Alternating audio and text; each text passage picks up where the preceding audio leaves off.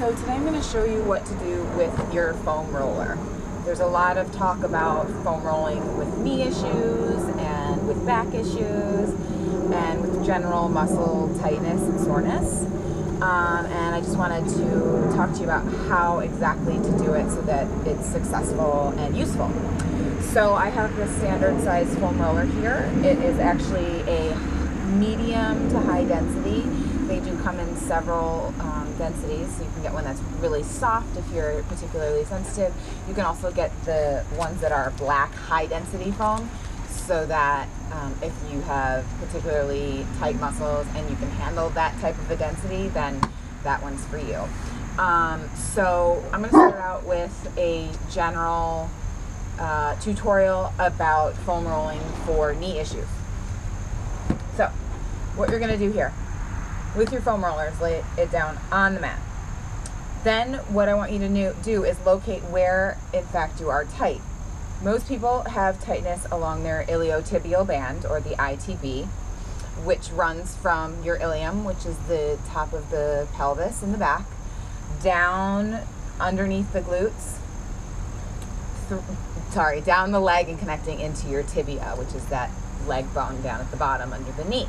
So if you feel knee tightness or discomfort, lower back tightness or discomfort, hip tightness or discomfort, quad tightness or discomfort, all of those areas generally can be helped with rolling out on a foam roller.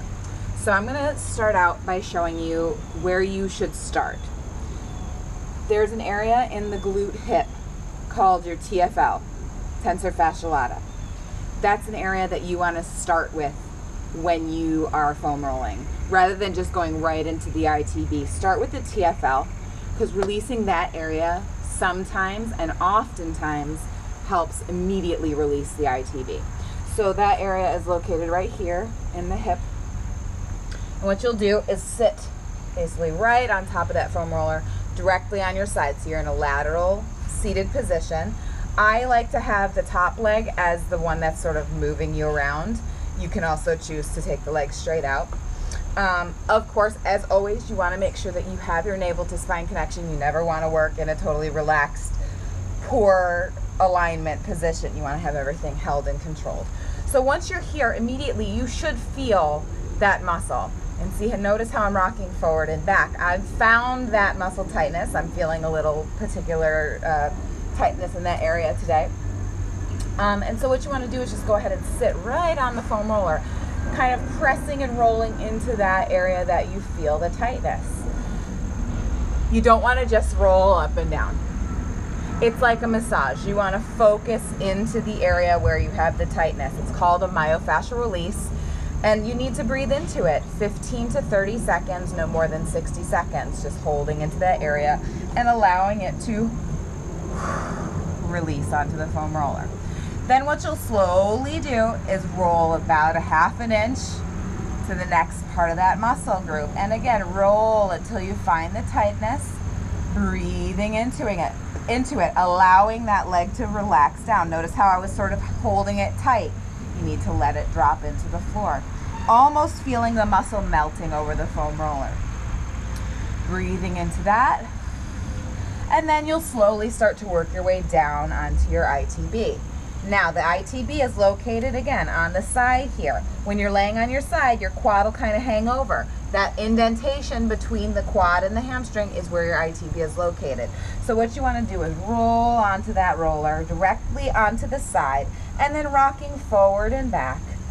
As you find that super tense area, it's going to get a little painful and uncomfortable, and you need to start to focus on that area, rolling on it, holding it again, breathing and allowing the muscle to release and spread onto that foam roller. Breathing deeply. When you find those deep, tense areas, that's when you need to breathe the deepest and release the most. Otherwise, you're just holding onto that tension and you're going to bruise. So just continue to roll up and down. Good, you'll find a super tense spot. My area happens to be just in the middle between my TFL and my kneecap. So I have to hold this area, and it's very difficult. It hurts. It doesn't feel great, but I know it's doing good things. Because what will happen is my knee will adjust back into its natural position where it should be. Breathing strong. And you'll just continue down the leg until you get towards the knee. Now, there are other areas that you can foam roll. You can foam roll the hips, the back, your neck, your lats. You can really use the foam roller for anything. Another great tool that you can use for rolling out is a tennis ball. I always tell my clients to have one handy because there are areas like the glutes, like the foot, that are small and that the foam roller can't really get to deep enough. So to show you that, again, getting sort of into that medial glute, TFL area and into the larger glute area, sorry, you just basically sit on the tennis ball just as you would have the foam roller. And then again, you're sort of letting that tennis ball melt into your glute. Yeah, that really works because it gets deep in there. It's a very dense muscular area, so that foam roller can only do so much in the glute. So a tennis ball is a really handy tool. Tennis balls are great because they have just enough give that they're not really going to bruise you. And with the foot, it's good to roll out the arch if you're having any sort of foot cramping issues. It also works really well for your calf because, again, that's a small area. It's hard for that foam roller to get in there as deep as you would need. So for the back, rolling that foam roller with the foam roller, this is how I go about it. Starting sitting on top of the roller. Now this is a great position because you can rock side to side and really get a good sort of release and massage on the gluteus maximus, or the largest glute muscles, sitting up here. Then what I like to do is slowly walk forward as I tuck my tailbone under and roll to my lower back, going down to my forearms, and then just sort of feel that area. And you can also rock side to side, which feels really good on the glutes and hips. And then as you walk forward, you're just going to slowly lay yourself back. Here I am in my natural lower spine flexion, and what's happening here is I'm just releasing my back. Now what I'm going to do is press against the roller and shift my weight back towards the top of my head. And what I'm doing here is decompressing my spine. Breathing deeply into it. It's sort of pulling the spine out of the pelvis a little bit, getting sort of what you would get if you were hanging upside down, decompressing that lower spine where we get a ton of tension and a ton of tightness, pressing into that energy going out of the top of the head.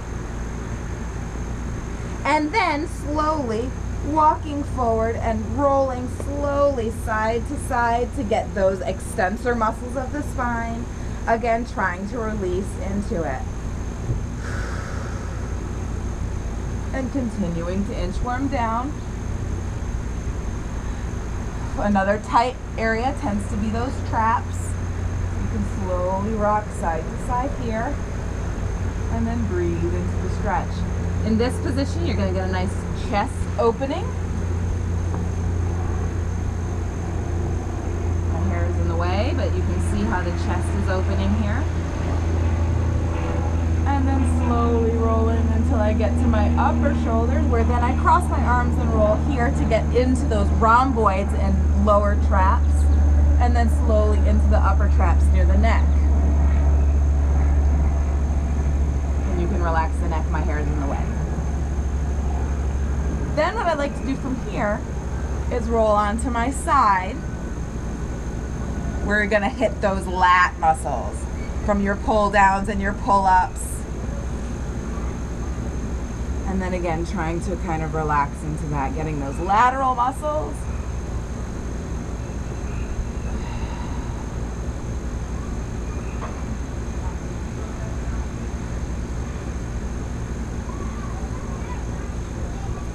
And finally up to the neck area where you can sort of relax into it.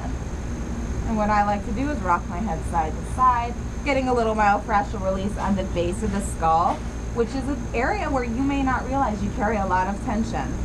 Now I get chronic migraines, and what I use this for a lot when I get a migraine is to release the tension in the neck here. So what I do, just like what I did for my pelvis, is I press that forward, which is going to just decompress that upper cervical spine.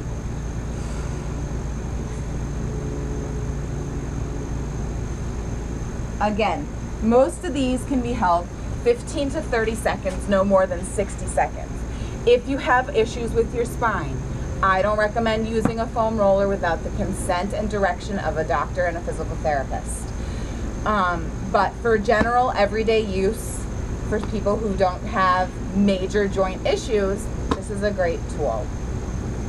If you have any questions, please message me and I can talk to you about it more.